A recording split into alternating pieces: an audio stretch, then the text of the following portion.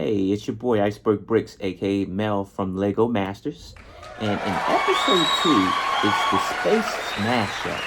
And so either your creation is going to meet its demise by the space bat, or the moon drop, or it was going to explode. And the groups took off running. We got a constellation, and our demise was inside of that constellation. And me and Jermaine, we ended up picking up the Big Bang. That means we had explosives.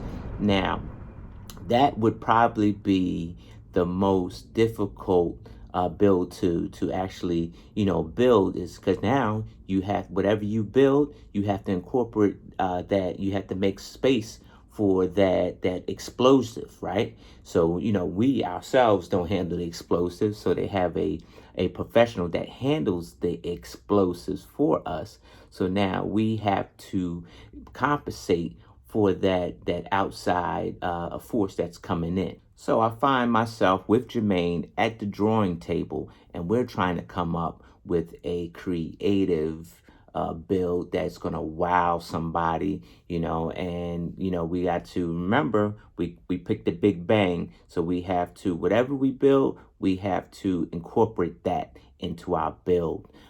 So we sit down, I talk to the mad scientist, try to figure out, what we're going to come up with. I pitched him some ideas. I said, hey, let's do a fun figure with maybe a cyclops, alien, with tentacles or something. And so we drew it out. And so we were actually able to breathe life in LEGOR. After we sketched it out and figure out what we were going to do. So we chose to make this purple green cyclops alien that eats planets named LEGOR. And the space nips.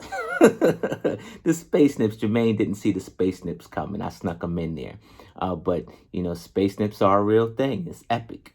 But that brought the character that we were looking for in LEGOR. LEGOR was it was demonized. No one wants a planet-eating Martian coming to kill the planet. But at the same time, we're making fun of this Martian by giving it character and having it pop out. Being the black sheep in the room. And I think we were able to do that. LEGOR was pretty epic. It was a fun build. It was also a stressful build because given the Big Bang, we're not being told how much bang we're gonna get. So that made it a little bit difficult because, mind you, we have to make LEGOR hollow so that we can put filler inside of LEGOR, and as they put the explosive in and she gets ready to detonate, then everything explodes. It's good to have loose Lego inside so it's easy to explode outward and you don't have all these big chunks out everywhere. So while constructing LEGOR, the green big belly, which sat behind the planet, was meant to be hollow. Inside of that was to be a shelf, and we created a shelf to put the loose Lego in, and as well as the explosives too. So it was kind of complex a little bit. And that kind of heightened things just a little bit. It was a little bit stressful because as I was building up the belly of the beast, I needed those supports to keep the belly on tack because every level was being tiered off as we went up. Try to get that round contour shape. And word got around, and there was some issues about maybe we were making LEGOR a little bit too sturdy and you don't get that Big Bang. So the mad scientist Jermaine decided to come up with a plan B belly. Yes, there is a plan B belly. So he decided to come up with a plan B belly. We swapped the bellies out, and we're able to make LEGOR even more hollower than before without the supports of the belly. And so it actually worked out in our favor, making LEGOR hollow. Now, while one of the tips that we did do was that Legor's head wasn't attached to her body. It wasn't at all. And I did say her. Everybody think it's a he. But I think it's a her, I think. And Space Nips. Nah, it's a Martian.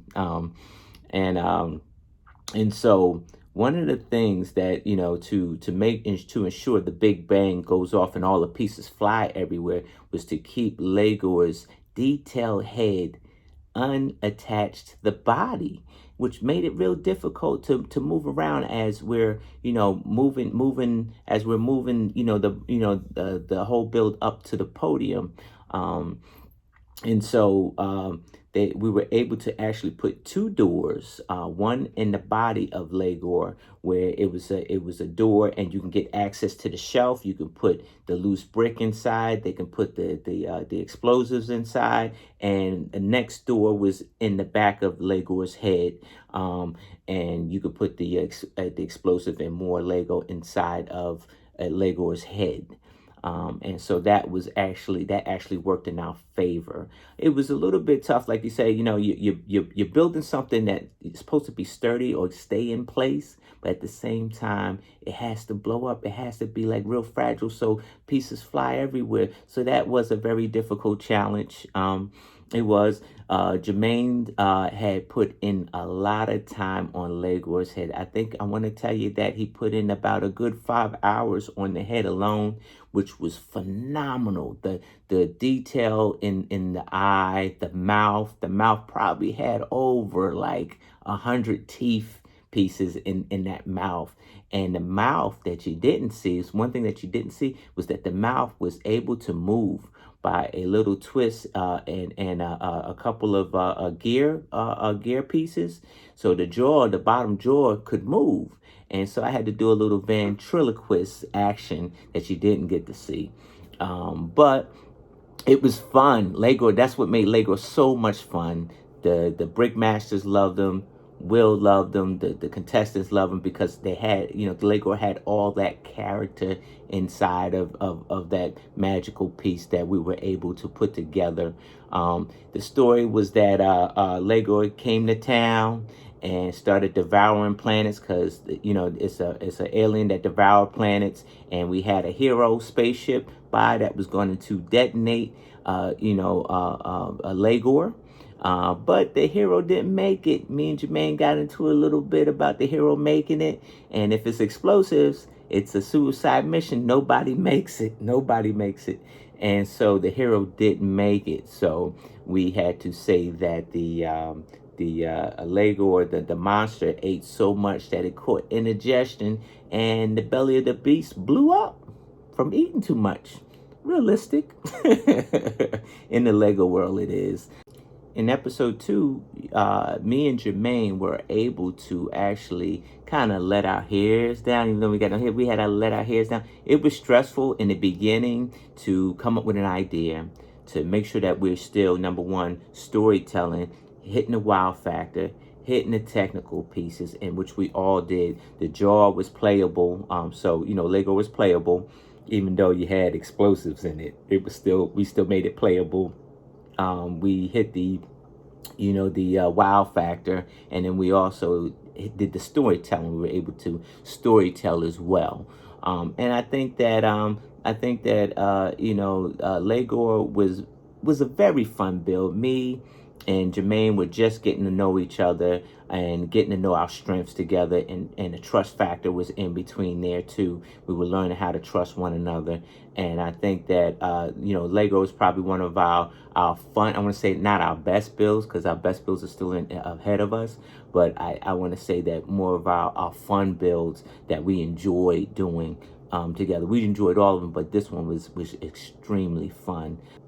So that's going to conclude this segment of A Build Explain Lego Masters from episode 2, which was the Space Smash. Me and Jermaine made LEGOR. Rest in peace, LEGOR. We love you.